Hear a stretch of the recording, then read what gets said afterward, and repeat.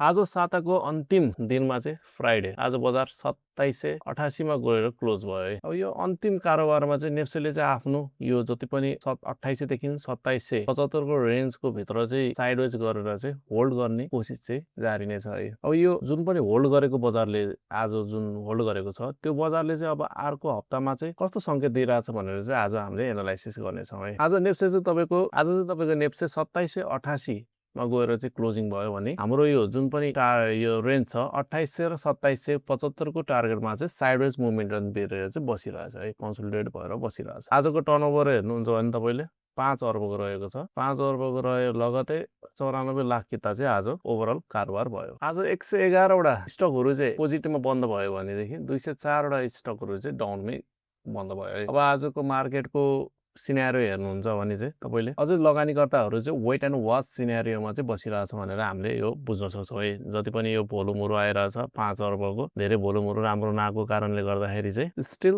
बायर्सहरुको चाहिँ कन्फिडेन्स छैन मार्केटमा भनेर हामीले बुझ्न सक्छौं। अब आजको टर्नओभर भनेको चाहिँ गेनरहरु चाहिँ सबै यो जुन पनि आइपीओहरु छ उनीहरु नै रहे र लुजर्सहरुमा चाहिँ एमसीएचएल, एनआईसीएफसी, ईएचपीएलहरु चाहिँ रहेका छन्। यी पनि यी सेक्टरहरुका स्टकहरु र भोल्युमको आधारमा कुरा गर्ने हो भने चाहिँ तपाईको यो भोल्युम चाहिँ एनएचपीसी ले चाहिँ राम्रो दिइरहेछ। एनएचपीसीहरु भयो, रिद्धि भयो, एकेजीसीएल, एचडीएचपीसीहरुमा चाहिँ राम्रो भोल्युमहरु चाहिँ आइरहेछ है। अब यो टेक्निकल एनालाइसिसको अनुसार हेर्ने हो भने चाहिँ हामीले 2800 को जुन पनि लेभल थियो एउटा साइकोलोजिकल लेभल, त्यो साइकोलोजिकल लेभलको तलतिर आएर चाहिँ हामीले यो हप्ता चाहिँ क्लोजिङ दियो। साइकोलोजिकल लेभल भनेको हाम्रो 2800 को रेन्जलाई हामीले मान्ने छौं भनेदेखि त्यो रेन्जदेखि यो तलतिरको जुन पनि प्रिभियस बाउन्स भएको जोनलाई चाहिँ हामीले एज अ सपोर्टको रूपमा लिएको छौं भनेदेखि 2775 र 28 को रेन्जमा चाहिँ 2800 को रेन्जमा चाहिँ यसले चाहिँ कन्सोलिडेट गरिरहेछ, साइडवेज मोमेन्टम चाहिँ दिइरहेछ है। अब जबसम्म बजारले चाहिँ अब यो 2800 को माथि चाहिँ क्लोजिङ दिदैन विथ अ गुड भोल्युम तबसम्म चाहिँ मार्केटमा चाहिँ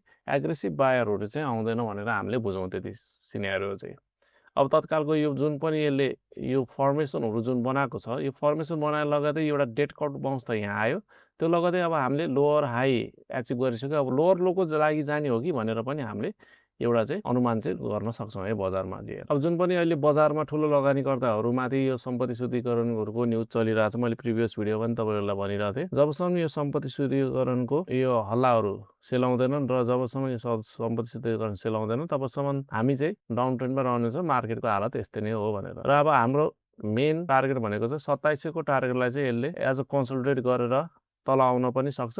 इन केस भोल्युम राम्रो आयो भने चाहिँ माथि जान पनि सक्छ भनेर हामीले अनुमान गर्न सक्छौं। तर हाइली जति पनि यो बजारको सेन्टिमेन्टहरु पोलिटिकल न्यूजहरु आइरहेछ त्यो अनुसार चाहिँ हामीले 2700 को लेभललाई एक्चुअली फेरि एज अ सपोर्ट रिटेस्ट गर्ने हो कि भनेर पनि सिनेरियोमा चाहिँ देखिरहेछ है। र हाम्रो प्रिभियस इन्ट्रीहरु जुन पनि आरएचजेसीएल मा छ हामी स्टिल होल्डमै छौं र यसले आफ्नो यो 283 को रेन्जलाई चाहिँ गरेर आज 300 को रेन्जमा चाहिँ हिजो र आज गरेर 2 दिनसम्म चाहिँ 3-4 दिनसम्म चाहिँ यसले डोजी क्यान्डलहरु बनाउँदै साइडवेज यसमा चाहिँ दिइरहेछ है। यसले चाहिँ के तपाईले जनाउँछ भन्दाखेरि चाहिँ आरएचजेसीएल मा चाहिँ स्टिल बायर्सहरु चाहिँ एक्टिभै छन् र यसले इनकेस मार्केट बढेको खण्डमा चाहिँ नेप्से बढेको खण्डमा चाहिँ यसले राम्रो पोटेन्सियलले अपवार्ड डिरेक्सनमा जाने जस्तो पनि हामीले अनुमान गर्न सक्छौं यसलाई। अब हामीले हेर्ने भनेको चाहिँ के मार्केटले अब यो जुन पनि यो लेभल छ 2775 को लेभललाई चाहिँ ब्रेकडाउन गरेर 2700 मा आउँछ कि भनेर पनि हामीले त्यो सिनेरियोलाई पनि राख्ने छौं। र तपाईहरुलाई के कस्तो लाग्छ अब तपाईहरुले तल कमेन्ट गर्न सक्नुहुन्छ।